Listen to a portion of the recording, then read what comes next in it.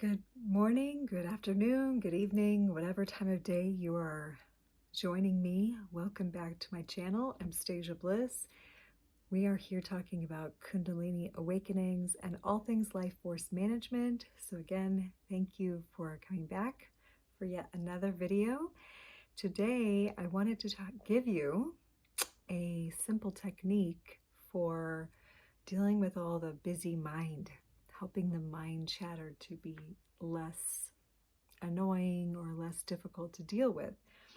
One thing about awakening is sometimes those things are amplified in the mind before they are able to come into a quieter place. And your practices will help over time for you to eliminate excessive mind chatter and be able to be with yourself in the stillness of what is. That's a goal. That's something that when it finally happened to me, the mind chatter stopped. It was like a profound moment of freedom. And a lot of this occurred for me attending yoga school and doing yoga nidra on a regular practice. So if you don't know what that is, really quick, yoga nidra is a tantric practice of pratyahar and deep meditation. It takes you into alpha brain waves. It's performed just by lying down in a shavasana position, and it's a guided meditation. So I have many of these on my channel. If you go to the yoga and meditation playlist, you can find a beginner's yoga nidra. One 20-minute session is equal to an hour of deep sleep as far as how it affects your body. If you want to go deeper and learn more, I do have a yoga nidra course, which you can find either on udemy.com or through my app. If you go to blissme.passion.io, which I'll put down below, you can find a package of courses from me there. And the conscious sleep practice, which is the yoga nidra, is one of those. So I do recommend that. That is such a great way to clear out old programs and patterns of the subconscious mind so you can get to a more still, clear mind space, or no mind, as one of my teachers put it. But I'm going to give you a simple practice today. But first of all, why? What are the benefits? Of course, one of the benefits is to relieve anxiety and mental chatter. In the tarot, the 8 and the 9 of swords, that's depicting a time when we're just really in our mind, when we really just can't get out of all the what ifs and worries and anxieties and projecting what may happen mentally. And so in the yogic rendition of what bodies we're dealing with, not only do we have our physical body, the annamaya kosha, and our breath or energy body, the pranamaya kosha, but there is the manomaya kosha, the mind. Beyond that is the vijnanamaya kosha. This is the wisdom body. And sometimes our mind, our mental chatter, actually keeps us or prevents us from accessing the wisdom or the intuitive body, where we can, be inspired and have new ideas come in and have those aha moments and really receive guidance, right? The lower mind, as we sometimes call it in yoga, the ego mind. It's not that the ego is bad and we want to get rid of it, but we want to put it into its proper place. It is able to perform tasks for us, right? So one of the tasks we can give it is this simple practice. So you're just going to sit in a comfortable upright position and close your eyes. And behind closed eyes, we call this space Brumadya. Brumadya is the mind screen. Just like you would watch a movie screen or a TV screen or your phone or laptop, computer screen, you also have a mind screen. It is the place behind closed eyes. And it is in that place where we might receive impressions or memories, or where we play out scenes that we think may occur or we're worried that they're going to occur. So from this awareness of the dark space behind closed eyes, and maybe you're even noticing things popping up there now, but I want you to imagine with me that you're sitting on the side of a river.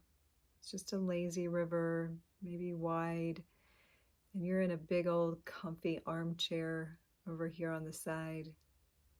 And in front of you is this river moving by through this Brahmadya in this mind screen. And you might have a beverage, or, maybe your little animal friend is sitting there with you. And then this river is going to carry the contents of your mind. So as a thought comes, it is just like an object floating down the river. And you're going to observe this thought for a moment, and then you observe that it's floating away. So you can detach and watch it float away, and here comes another thought or item down the river, right? And so you are not jumping in the river after anything. You are not following it. You are just remaining still in your seat. Comfortable, relaxed, observant.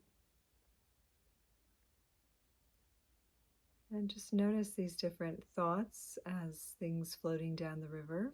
You might follow it with your attention for a moment. Like, oh, I gotta go to the store and get, okay, there it goes down the river. And I really hope that I remember blah, blah, blah. And there it goes down the river. And gotta do this, gotta do that. So see your kind of to-do list popping up and through.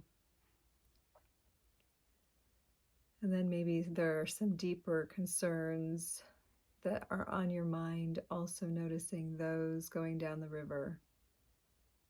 And they're not leaving, they're always going to be there at some point. I imagine they're in this storage facility and you can always go and pick them up. But for now, we're just the observer.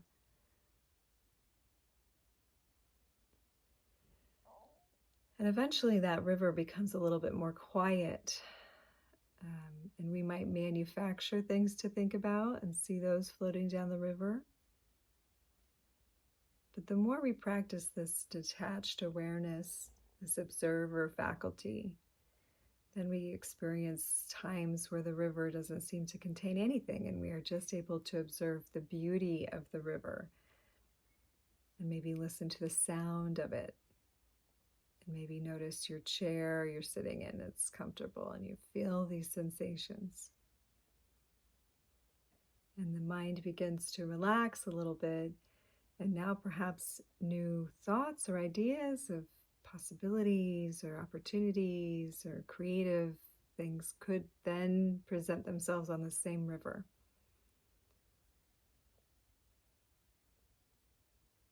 And so if they do, you can go ahead and pluck them out for a moment. Imagine you're looking at this idea for a moment, and then you replace it in the river and you let it float by.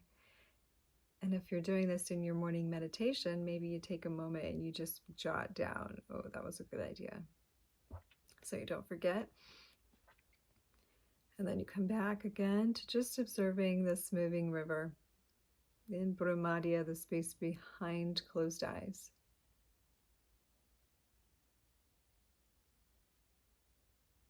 And if you can, notice your forehead relax, notice the muscles in your head relax, ungrip. This is part of the embodiment we talked about yesterday, is feeling where you, like how you are in your body, and consciously making little adjustments, right? To be more comfortable and relaxed in your physical body.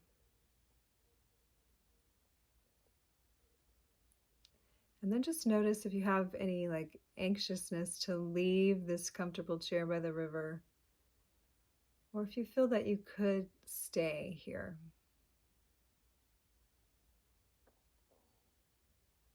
I just like to do this for a few minutes every day, just to notice what's going on. And then you can end the practice, palms together at your heart, and a namaste to yourself as the divine being observing your life. And of course, anything that comes up for you, maybe you write it down, maybe you jot it down and just allow it to be released that way as well. This is a really simple meditation practice called Antar Mon, and it's really just an inner silence, place of observation. So I hope you've enjoyed the practice with me today. Different days we have discussions, other days practices. If there's anything you want to explore, please leave it in the comments. You can always send me an email if you have something you want to discuss. My email is below. And if you feel like you want to bless up this channel, I'm starting to put a place that donations are welcome. Of course, they're not required, but if you feel like it, thank you so much. And thank you so much for people, those of you who do donate to this project, this service to humanity that I'm offering you. So thank you so much for being here. I do hope that this has served you today, bring you some stillness of mind so you can access that higher wisdom, that Vijnana Maya Kosha, and let the inspiration flow as we're getting into this beautiful Jupiter-Uranus conjunction in Taurus. I mean, Uranus has been in Taurus for a while now, but now here Jupiter, the planet of expansion and higher learning, Sagittarian's planet, my main go-to planet for my chart, is coming in and expanding some surprising and creative new things for you. So wherever Taurus is in your chart, you're going to see some of that expanding for you. For me, Taurus is in my 12th house, so that's my spiritual house.